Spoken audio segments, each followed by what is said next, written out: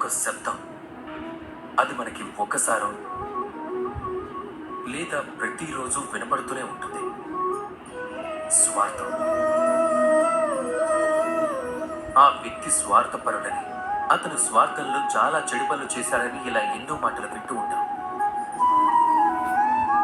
మామూలుగా ఈ లోకం స్వార్థాన్ని, పాపాలను భరిస్తూ ఉంటుంది.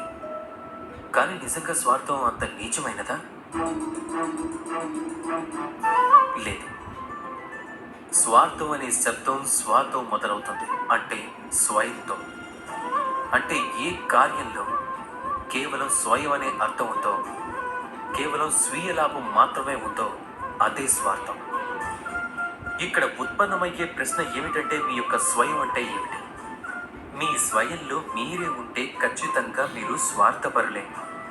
ఒకవేళ మీ స్వయంలో మీ పరివారం ఉంటే మీరు పరివార ప్రేమికులు. ఒకవేళ మీ స్వయంలో అన్యులు కూడా ఉన్నట్లయితే మీరు పరోపకారులవుతారు. ఒకవేళ మీ స్వయంలో ఈ లోకం మిళితం అయ్యుంటే అప్పుడు మీరు పరమార్థులవుతారు. మీ స్వార్థానికి దూరంగా వెళ్ళకండి, దాన్ని విస్తరించండి.